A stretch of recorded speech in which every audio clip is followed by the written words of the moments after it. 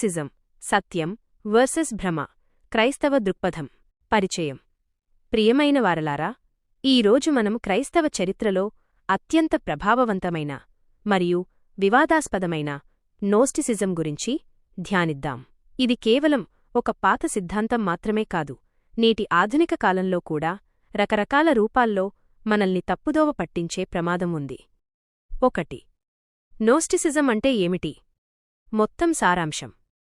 నోస్టిసిజం అనే పదం గ్రీకు భాషలోని నోసిస్, గ్నోసిస్ నుండి వచ్చింది, అంటే రహస్య జ్ఞానం. వీరి ప్రధాన వాదన ఏమిటంటే, మానవుడు కేవలం భక్తి లేదా విశ్వాసం ద్వారా కాకుండా ఒక ప్రత్యేకమైన రహస్య జ్ఞానాన్ని పొందడం ద్వారానే మోక్షం పొందుతాడు. వీరి దృష్టిలో ఆత్మ పవిత్రమైనది, కాని శరీరం మరియు ఈ భౌతిక ప్రపంచమంతా చెడ్డది. 2. క్రైస్తవులు దీనిని వ్యతిరేకించడానికి ప్రధాన కారణాలు. ప్రారంభ క్రైస్తవ సంఘం మరియు అపోస్తలులు నోస్టిసిజాన్ని తీవ్రంగా వ్యతిరేకించారు. దానికి ప్రధానంగా 3 కారణాలు ఉన్నాయి. క్రీస్తు శరీరధారణ, ఇన్కార్నేషన్. బైబిల్ ప్రకారం దేవుడు స్వయంగా మానవ శరీరాన్ని ధరించి ఈ లోకానికి వచ్చారు, యోహాను 1:14.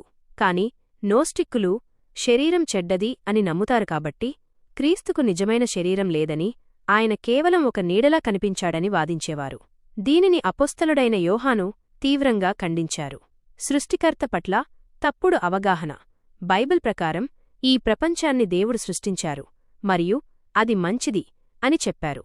కాని నోస్టిక్కులు ఈ ప్రపంచాన్ని ఒక అజ్ఞాని అయిన సృష్టికర్త డెమియర్జ్ సృష్టించాడని, అందుకే ఇక్కడ బాధలు ఉన్నాయని తప్పుడు బోధ చేసేవారు.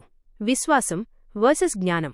క్రైస్తవ్యం యేసుక్రీస్తునందు విశ్వాసం ద్వారా రక్షణ లభిస్తుందని చెబితే, నోస్టిసిజం మాత్రం రహస్య జ్ఞానం ద్వారానే రక్షణ అని బోధించింది.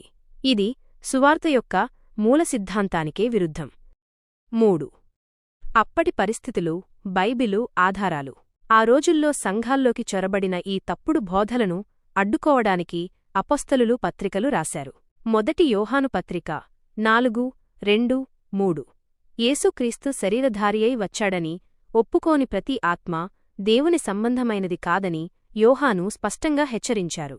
కొలొస్సెయులకు రాసిన పత్రిక 2:8. ఐహిక సంబంధమైన జ్ఞానము ద్వారా, తత్వశాస్త్రము ద్వారా ఎవరూ మిమ్మల్ని మోసగించకుండా చూసుకోమని పౌలు హెచ్చరించారు. 4. ప్రస్తుత పరిస్థితులకు అన్వయం. నేటి కాలంలో నోస్టిసిజం. ఈ రోజుల్లో నోస్టిసిజం నేరుగా కనిపించకపోయినా వివిధ రూపాల్లో మన సమాజంలో ఉంది. వ్యక్తిగత ఆధ్యాత్మికత, స్పిరిచువాలిటీ ఓవర్